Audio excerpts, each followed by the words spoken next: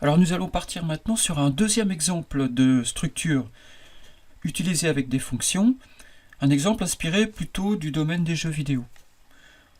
On va créer une entité, enfin ça pourrait être un ennemi dans un jeu, ça pourrait être un être dans un système de vie artificielle, par exemple une fourmi.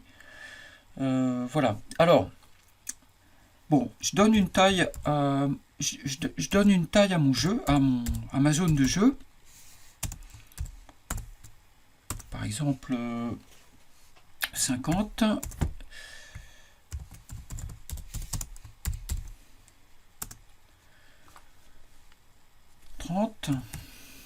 Alors, define, bon, faire attention. Voilà. Et surtout, je vais définir ma fourmi. Je vais partir sur une fourmi. Donc, type def, struct. Voilà, et fourmi ici. Alors, une fourmi, dans un jeu, elle va avoir une position en flottant. Je vais me mettre en flottant. Donc XY, elle va avoir un déplacement. Je vais le mettre. Alors, je vais mettre en commentaire. Donc position.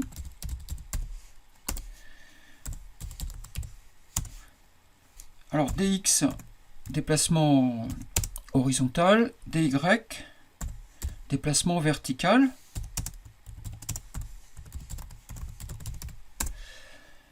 Elle va avoir une couleur. Elle va avoir une lettre.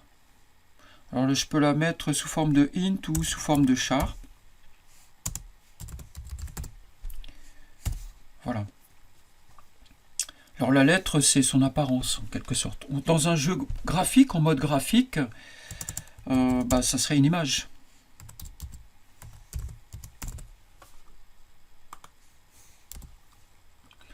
Donc voilà ce dont j'ai besoin pour constituer une fourmi.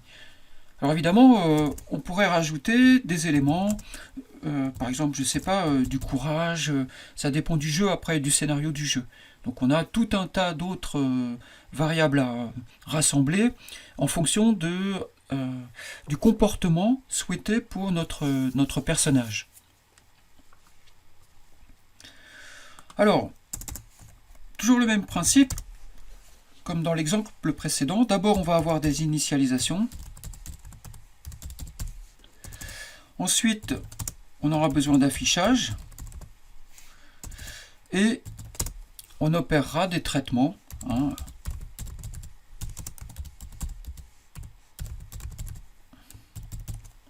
Voilà. En gros, c'est ça, c'est ce genre de fonction. Alors la première fonction, le constructeur, l'initialisation, donc c'est un constructeur. Très simplement, on va créer une fourmi aléatoire. Donc c'est une fonction qui s'appelle init aléa. Voilà, et qu'est-ce qu'elle fait? Elle retourne une fonction, une fourmi initialisée aléatoirement. C'est un F majuscule. Alors, dans ma fonction, j'ai une fourmi F et je l'initialise avec des valeurs aléatoires et ensuite je fais return F. Alors, donc, on va passer les champs un par un. Donc, f.x égale rand modulo tx. Au départ, elle sera positionnée aléatoirement dans la zone de jeu.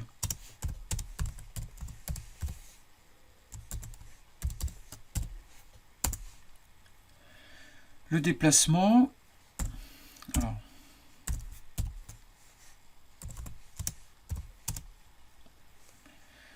alors là, une valeur aléatoire, donc c'est rand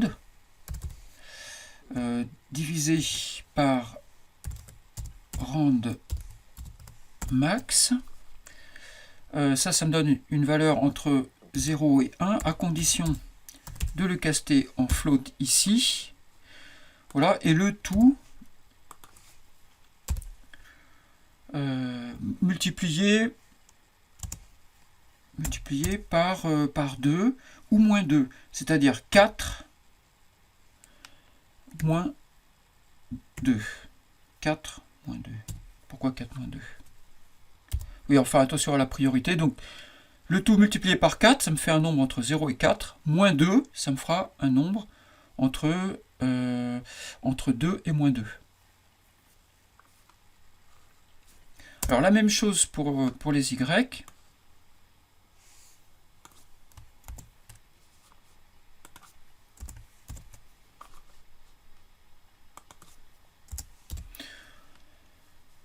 La lettre maintenant, donc ça va être f.lettre égale, on va prendre une lettre de l'alphabet, donc A minimum plus rand modulo 26, lettre majuscule, et la couleur, donc f.color égale au moins 1 plus rand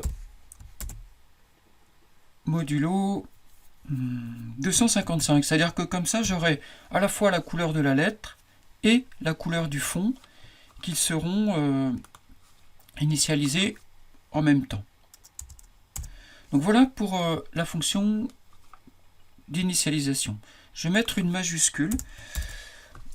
C'est plutôt ce qu'on fait en C#.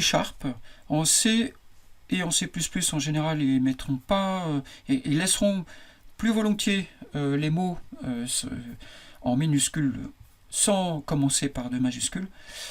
Alors qu'en C#, on aura tendance à faire toujours ça. Donc moi, je pratique les deux, donc je reprends un peu le style C#, on va dire. Alors la fonction d'affichage. Alors pour la fonction d'affichage, je vais avoir besoin... alors ce qu'on va faire déjà, on va s'organiser un petit peu mieux que ça. Donc je vais reprendre tout ça. Je vais le mettre après le main. Et cette fois, on va déclarer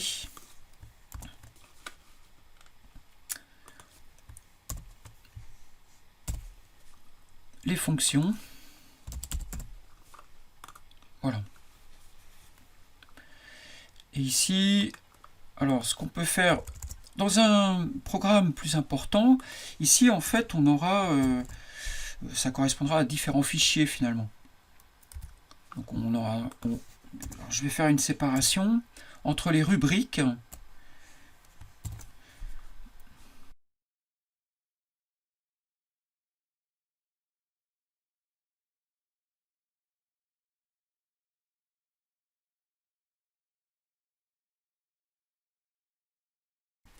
Et je vais rajouter une rubrique que je vais appeler tools, c'est-à-dire outils, quoi. Dans cette rubrique, je vais définir une fonction goToXY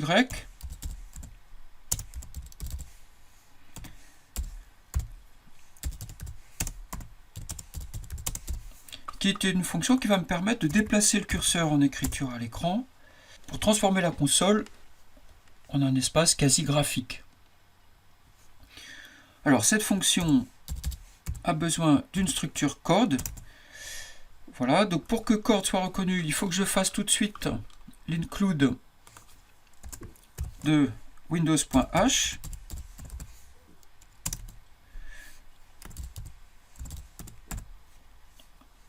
Voilà. Donc voilà, donc un couple de coordonnées XY. Et là, je vais appeler une fonction qui se trouve dans windows.h qui s'appelle setConsoleCursorPosition. Alors d'abord, j'initialise c.x égale le petit x passé en la valeur passée en paramètre avec petit x, c.y égale y paramètre. J'appelle la fonction donc set console cursor position. Cette fonction elle a besoin d'un pointeur sur la fenêtre console courante, donc c'est get std handle. Alors c'est la fenêtre std output handle, std output handle, voilà, et je lui passe les nouvelles coordonnées auxquelles je veux que le curseur soit positionné. Donc voilà, tant qu'on y est, on va faire aussi la fonction pour la couleur. Void text. Alors je vais mettre une majuscule pour rester dans le style choisi au départ. Text color int color, je lui passe une couleur et je fais un appel à cette console text attribute. Donc cette console text attribute. Pareil, je lui passe un pointeur que je récupère avec la fonction get std handle, un pointeur sur la fenêtre courante, et là je lui passe la couleur donnée en paramètre. Voilà, maintenant je n'ai plus qu'à déclarer ces deux fonctions avec l'autre ici. Alors en fait, en général, je les mets dans le même ordre. L'ordre dans lequel je les écris sur le fichier, je le reprends pour mes déclarations. Bon, c'est vraiment une habitude personnelle, ce qui me permet en fait de savoir où elles sont dans le fichier, parce que ici, c'est pratique, on peut voir où sont nos fonctions, on peut y accéder d'ailleurs, directement comme ça. Mais elles sont classées ici en ordre alphabétique. Bien, alors, maintenant, je vais pouvoir faire une fonction d'affichage. Alors, c'est une fonction void, c'est-à-dire qu'elle elle prend en valeur des données, mais elle ne retourne rien. Donc, qu'est-ce qu'elle prend? Qu'est-ce qu'elle affiche? Une fourmi. Donc, je lui passe une fourmi F. Et qu'est-ce qu'elle fait? Alors, qu'est-ce qu'elle fait? Donc, premièrement, on va à la position où on veut faire l'affichage. Donc, go to xy. Donc, f.x, f.y.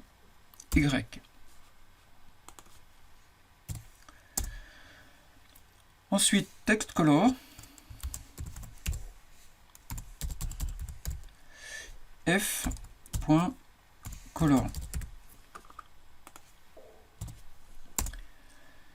Et maintenant, putchar f.lettre. Voilà. Donc là,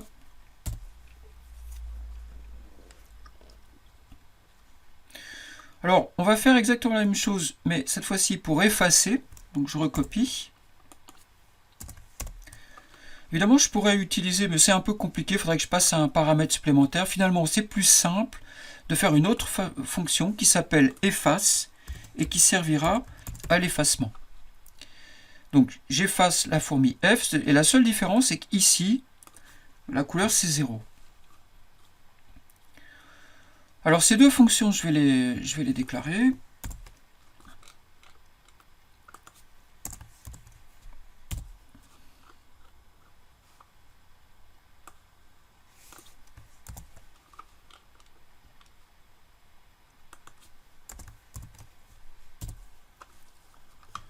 Voilà.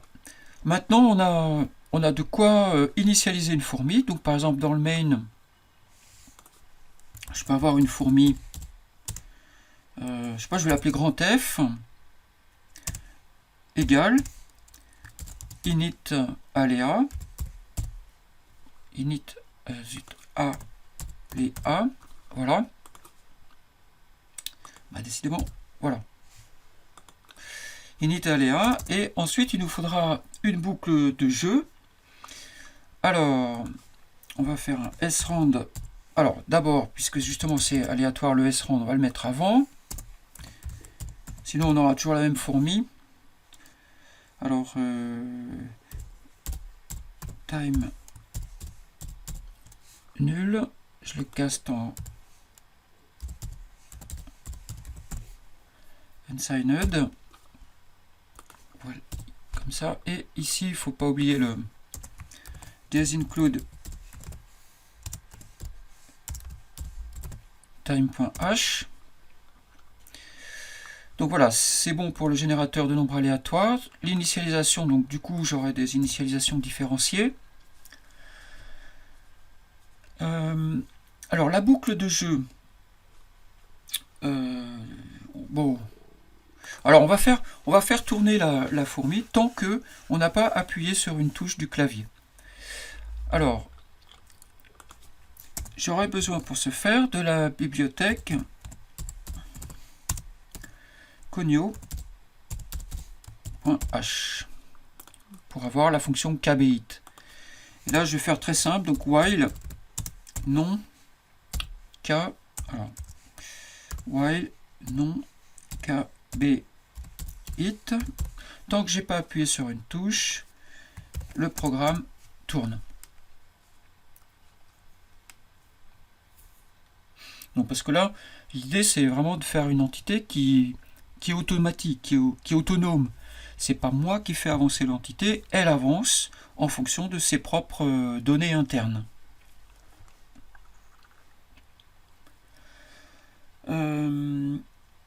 Alors, on aura besoin il faudra faire un topage. Il faudra faire un topage, sinon ça ira trop vite. Mais on le fera tout à l'heure. Là, je vais faire les traitements. Et là, en l'occurrence, le traitement essentiel, c'est le fait qu'elle bouge, elle avance, notre fourmi. Alors, il y a deux façons d'écrire la fonction pour faire avancer la fourmi. La première, c'est une version un peu débutante, on va le faire. Et puis, il y en a une seconde avec des pointeurs qu'on verra également. Alors, la première version, c'est... la fonction s'appelle avance. Elle prend en paramètre une fourmi, f. Cette fourmi f, en fait, sera une copie de l'original qui nous intéresse et que l'on passera à la fonction au moment de l'appel.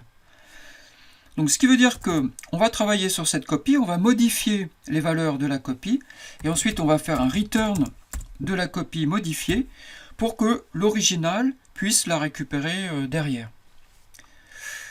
Alors, le déplacement lui-même, c'est facile, c'est f.x plus égal f.dx. À quoi il faut ajouter des contrôles pour les bords, hein, parce que, alors il y a plusieurs solutions sur les bords. On ne peut pas l'arrêter, parce que si elle s'arrête, et ben, du coup, comme elle est automatique, il n'y a rien pour la faire redémarrer. Donc, on peut mettre un écran circulaire, c'est-à-dire que quand elle sort d'un côté, elle rentre de l'autre. Ou alors, on peut la faire rebondir. Et d'expérience, le rebondissement est intéressant, surtout si on en profite pour changer son déplacement. Alors c'est ce qu'on va faire, parce que ça rend la fourmi plus vivante. Alors, if f.x est inférieur à 0, si je sors sur la gauche. Tout d'abord, je la cale sur le bord. Donc je fais f.x égale 0. Et ensuite, je modifie sa position en l'obligeant à partir vers la droite, c'est-à-dire en l'obligeant à avoir un dx positif. Donc ça fait f.dx égale, donc je vais reprendre là cette formule. Voilà, je vais juste la modifier après. Et là, je vais faire multiplier par 2, tout simplement. Donc là, je suis sûr d'avoir une valeur positive. Donc je vais refaire la même chose pour l'autre côté.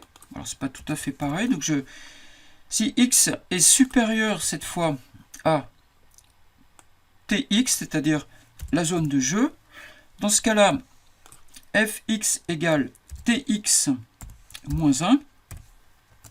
Ce qui veut dire que je considère que tx n'est pas dans la zone de jeu. D'ailleurs, je pourrais mettre un égal ici. Et dx, cette fois-ci, va être multiplié, ça va être moins en fait. Ça va être multiplié par moins 2. Cette fois, il faut aller vers la gauche. Je le force à aller vers la gauche. Alors, je refais exactement pareil pour les y. Je recopie tout ça et je change tous les x pour des y.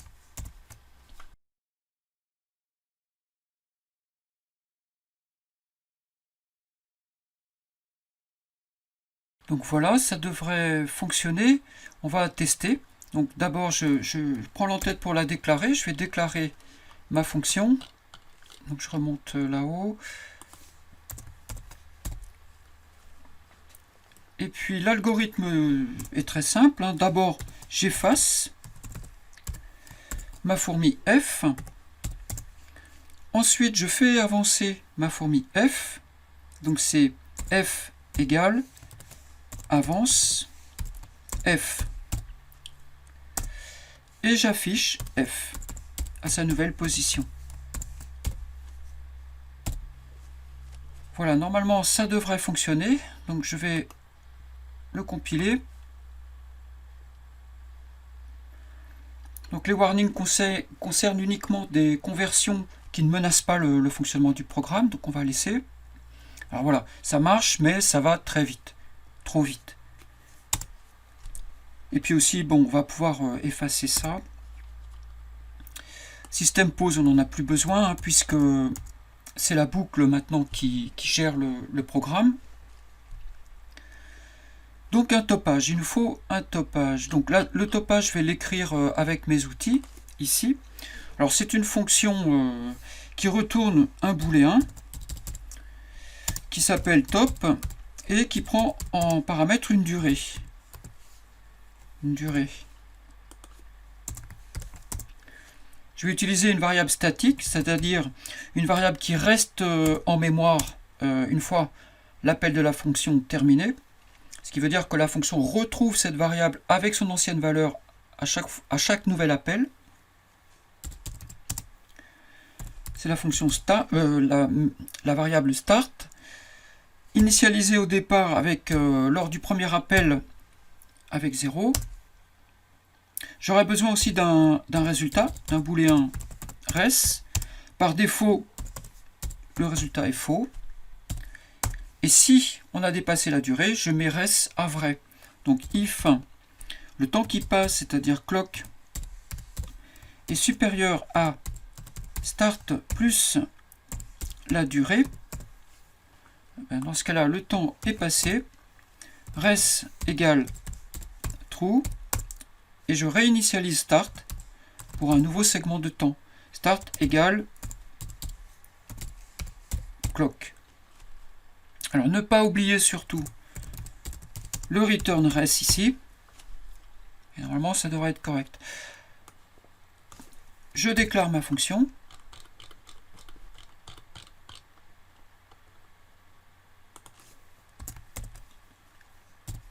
Point virgule, pas oublier. Et là, si le temps est passé, donc je vais prendre des intervalles d'à peu près 100 millisecondes, je crois que ça doit être ça. Je ne sais pas si c'est des millisecondes ou des...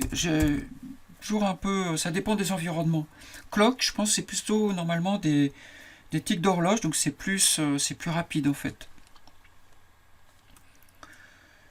Voilà, donc là, on va pouvoir tester à nouveau.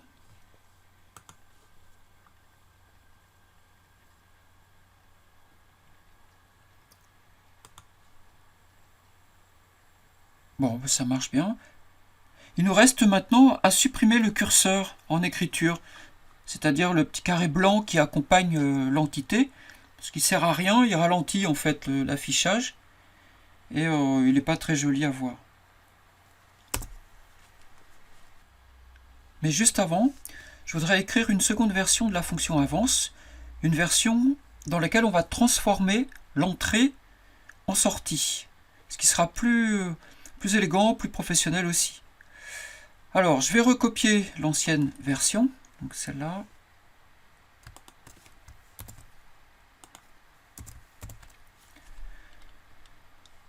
Je vais appeler avance 2, hein, je vais faire comme ça. Et la seule chose, c'est que l'entrée maintenant, le paramètre d'entrée devient un pointeur. Ce qui va dire que je vais pouvoir passer l'adresse mémoire de ma fourmi et donc, dans le corps de la fonction, écrire à cette adresse mémoire. Et c'est comme ça que j'aurai transformé l'entrée en sortie.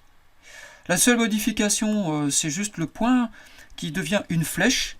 L'accès au champ d'une structure à partir d'un pointeur se fait toujours avec la flèche. Et pour le faire, eh ben, je vais utiliser l'outil de remplacement rapide. Voilà, donc le point, je vais le remplacer par flèche. Alors attention, pas partout, hein, seulement dans cette fonction. Hein. Donc je vais les faire un par un.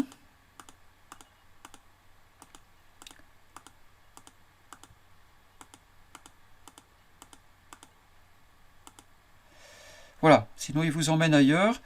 Et toujours dans la fonction avance 2, il n'y a plus de valeur de retour. Donc maintenant, elle est void.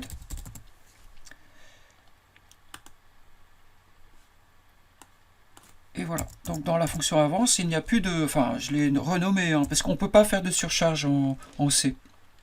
C'est-à-dire avoir deux fonctions qui portent le même nom, mais qui sont différenciées par des paramètres différents. Donc en C, on est obligé de les nommer différemment. Donc là, je la nomme avance 2. Je vais la déclarer.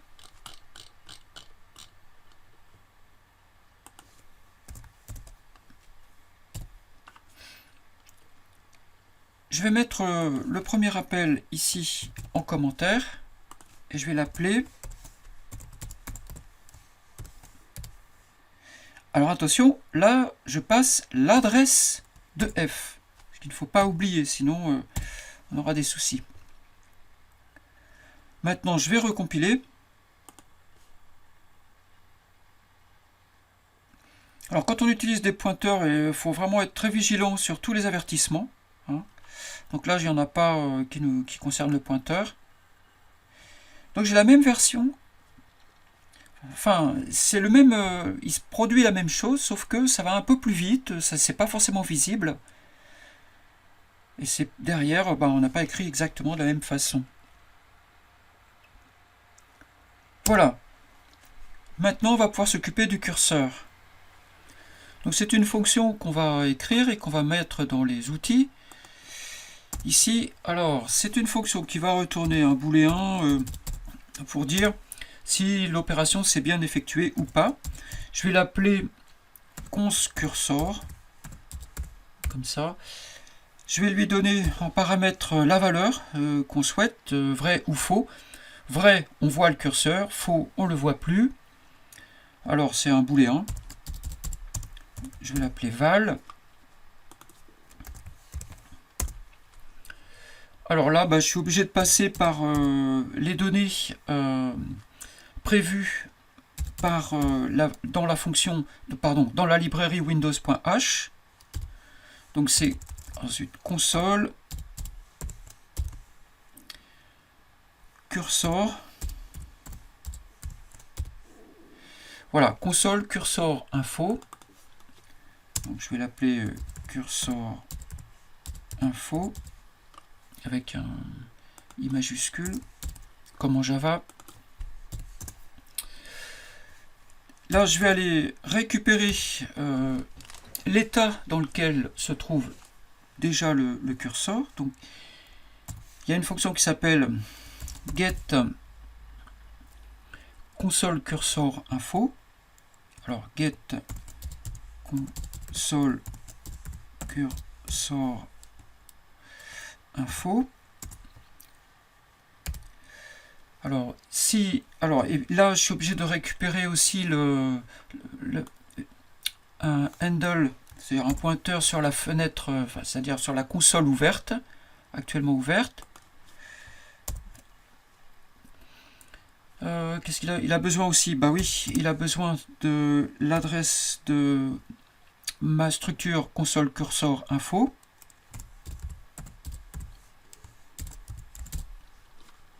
Comme ça, là, je récupère en fait les... Donc, si ça marche pas, je retourne false. Au passage, je vous montre comment on peut contrôler le fonctionnement d'un programme. Ensuite, je modifie sa valeur. Donc, je fais cursor info. D'ailleurs, j'aurais pu passer directement à la deuxième instruction. Je n'ai pas besoin de la... Bon, enfin bref, je vais continuer comme ça. Cursor info, point. Alors, B, il n'y a que deux champs, donc B visible. Je le mets à val. Et ensuite, je fais la même chose qu'ici, sauf que je le fais avec une fonction set, cette fois-ci. Au lieu de get, je prends une fonction set. Alors, est-ce que j'ai pas fait de bêtises? Non. Et là, voilà, c'est pareil. Donc là, voilà, c'est bien, ça devrait fonctionner. Donc, s'il y a un problème, je fais un return de... Et ici, je fais return true. C'est-à-dire, si on arrive ici, c'est que tout s'est bien passé, je return true. Alors là, peut-être que ça, c'est inutile, puisque de toute façon, on écrase la valeur précédente, donc on n'est pas obligé de faire ça. Ah si, c'est pour l'autre, il y a deux valeurs, en fait, dans la structure. Donc d'ailleurs, l'autre, c'est quoi? J'ai déjà oublié. Donc je vais faire cursor info, point. La taille du curseur. Donc ça, je ne veux pas y toucher. Donc je suis bien obligé de récupérer ici d'abord ces infos, parce qu'il y en a une que je veux conserver, et je n'en modifie ici qu'une seule. Donc voilà, donc ça je le retire. Alors maintenant, je déclare ma fonction.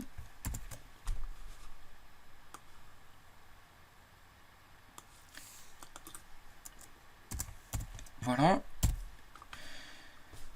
Et ça, je peux le faire à différents endroits. Je vais le faire ici.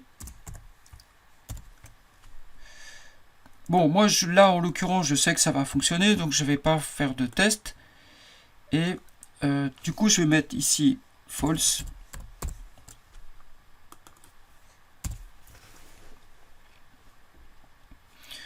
Je recompile.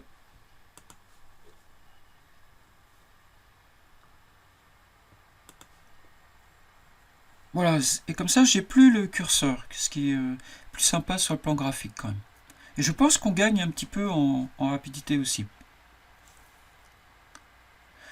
Donc voilà un autre exemple d'utilisation de structures avec des fonctions. Donc là, on voit quand même, c'est quand même bien utile. Hein, parce que si je devais avoir toutes les variables f, c'est-à-dire tout ça, tout ce paquet de variables-là, vous voyez que là, c'est juste un seul paramètre finalement. Hein. Donc ça simplifie quand même nettement l'écriture et la lecture du programme. Alors pour la mise en pratique, là, il est évident qu'on est plutôt du côté des jeux vidéo. Alors ça vous donne une base en fait pour, si vous ne l'avez pas déjà fait, pour faire l'exercice 3 par exemple, évidemment l'exercice 4 également, hein, donc où on a des ennemis, là c'est d'ailleurs, c'est ça, hein, c'est ce qu'on a fait. Donc là vous pouvez vous approprier le programme en rajoutant des fourmis, et puis aussi le 6 éventuellement, vous pouvez en avoir 2, 3, et puis essayer de gérer des interactions.